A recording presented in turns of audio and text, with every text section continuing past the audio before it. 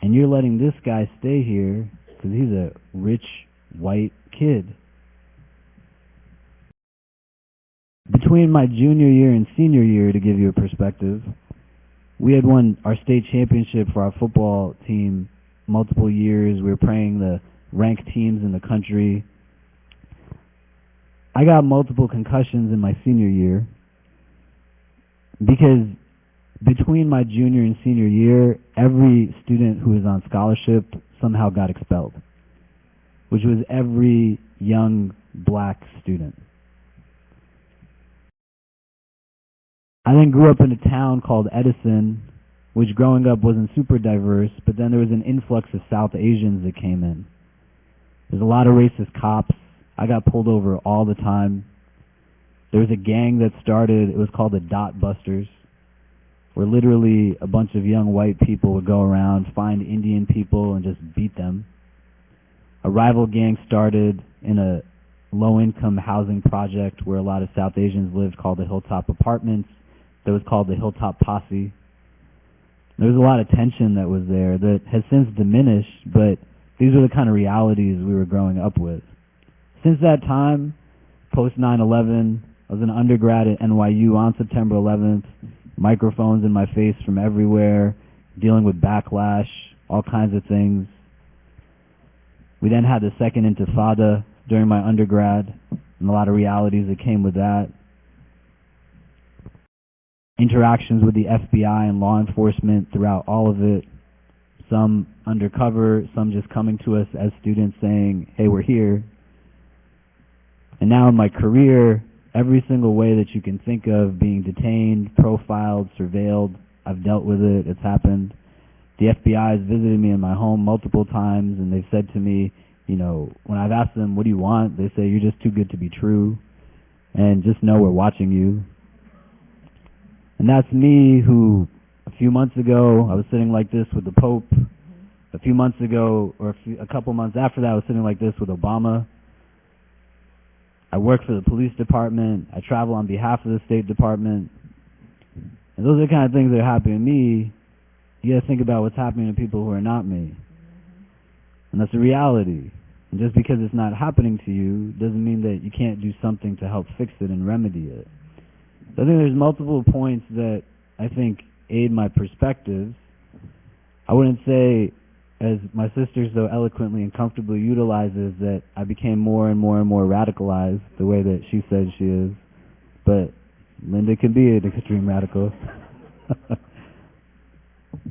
But I think one of the things that's also helpful, and I know I'm talking a lot, but I'll stop, is to be introspective and to think back and reflect. Like, I'm 33, and I still sit back and think about what it is that I learned from the version of myself that was in middle school and in high school. And to really be able to take from it and try to understand it based off of what I have now so that it informs me even better as I move forward. And then having people to talk it out with is even that much better, to get into the habit of that and breaking away from the monotony of our days to understand really how it is that we can grow, not even through others' life experiences, but our own life experiences. There's so much we have access to, we're just not thinking about it. You know what I mean? I feel like we didn't get to the practical part of this. People saying, so then how do you, like, where did you start? For me, you just got to find other like-minded people. Like in Houston, I know people like Sister Afshan, and I met Stevens here, which everyone needs to know, and I met brothers that were from the nation here. I literally friends with Jesse Muhammad. I walked up to the Word Church, and he was like right there. And I actually have seen him many times, not in his hometown, Houston. There are people in your community here that are doing good work. There are people here who are leading campaigns around Sandra Bland and doing work against this gang injunction, which basically criminalizes anyone that lives in a particular community or maybe has a particular tattoo or this idea of no second chances. So there are people that are doing this work. You just got to meet them, and they're here. Some of them are in this room. Learn from them, show up to their stuff. Like today, I got the honor and privilege of going to Greens Point and watching community help community. I didn't see FEMA. I didn't see Red Cross. I saw regular old neighbors coming out to help other neighbors. You know what I mean? People giving out, distributing, helping people sleep in front of their houses. You know what I mean? Helping people remove furniture. Like, this is what community is all about. And I would have loved to go there and see Muslims who are not African American who were there. There weren't any, to be honest with you. I mean, me and Sister Afshan were the only ones that were not black Muslim that were there, and there were obviously other people who are black that are not Muslim. But Stevens is here, Sister Afshan's here, the brother here from a local Baptist church. Say hello, how you doing? Good morning, good afternoon, good evening. Here's my information. I want to come, I want to be in your space. So the people are doing the work. It's not that you got to create something new, you just got to show up. All right, Jazakallah khair, Sister Linda and Imam Khalid. We're going to be running into Isha, so I'm going to end at this point. Once again, let me thank our gracious host from Warisin Muhammad Masjid so much.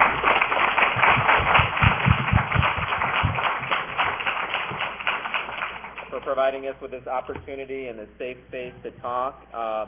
Just as a reminder, for Risala Foundation event, we're going to have, inshallah, Qiyam coming up in Ramadan on June 24th, Ustad Ali Atai.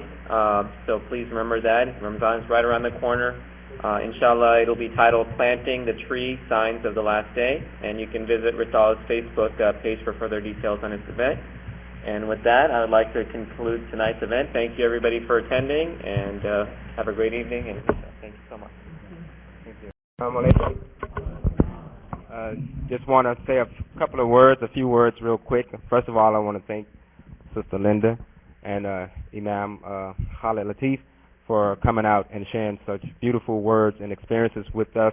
Our motto here at Masjid Warathuli Muhammad is experience the mercy.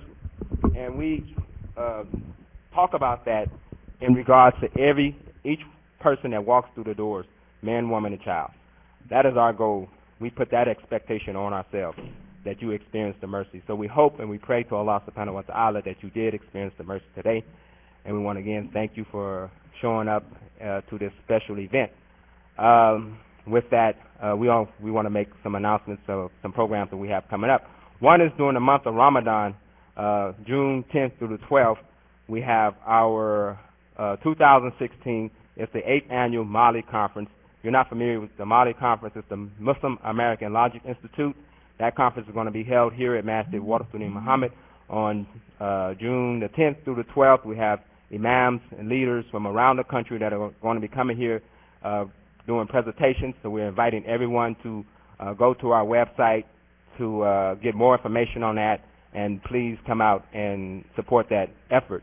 Also, we have various programs that Imam Wazir Ali mentioned earlier that we would hope that you would like to support those programs. And if you would like to support those programs, please leave a generous donation on your way out the door, because programs like these do not get paid by Assalamu alaikum. They get paid by the generous heart and charity of those who believe in the programs that we try to do.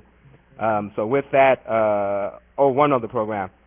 We didn't advertise child care, but we wind up doing some child care, which is alhamdulillah. That's a blessing. But kind of got our children's room kind of in disarray. But the brother said, hey, he'll clean it up. Just remind the people that the maintenance does come with a small cost. So alhamdulillah, once again, thank you very much. And we make a dua to Allah subhanahu wa ta'ala that He blesses us on our journey back to wherever we're going this evening. Ameen. Assalamu alaikum. We'll make Isha in about 2 minutes. Allah.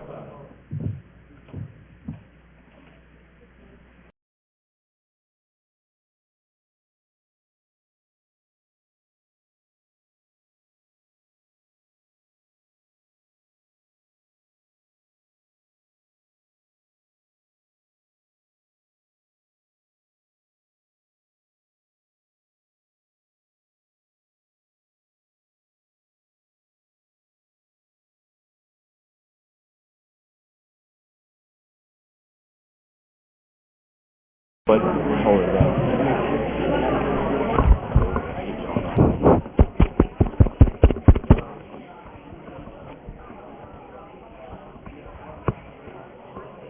Allahu Akbar, Allahu Akbar.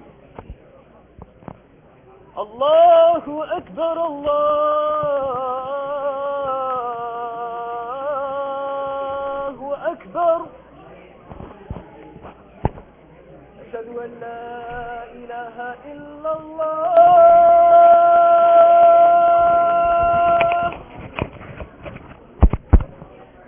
أشهد أن لا إله إلا الله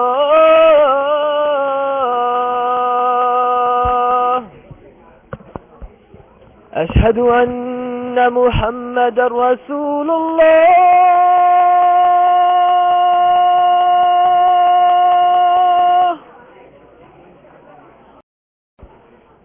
أشهد أن محمدا رسول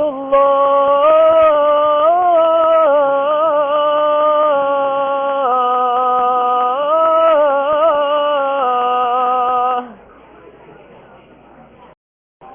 حي على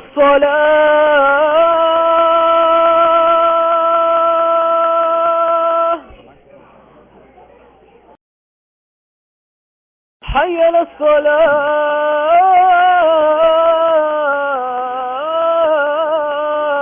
الصلاة حي على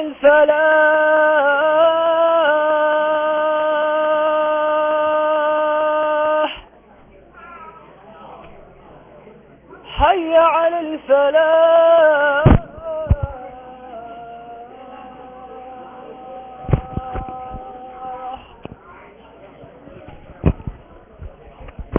الله أكبر الله أكبر لا إله إلا الله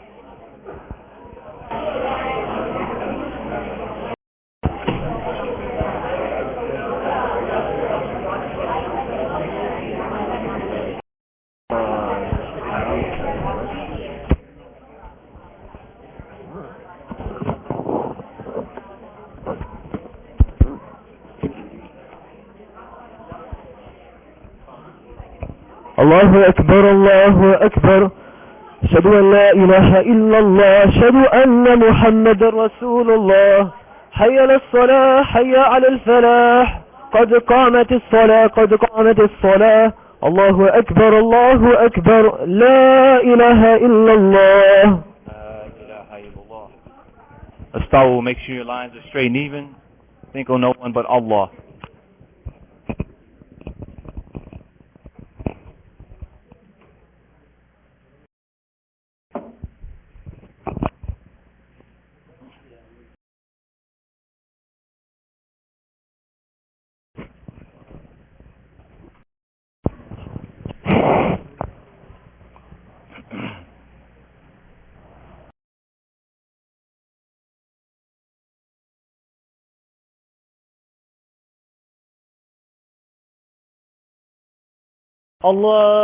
الله أكبر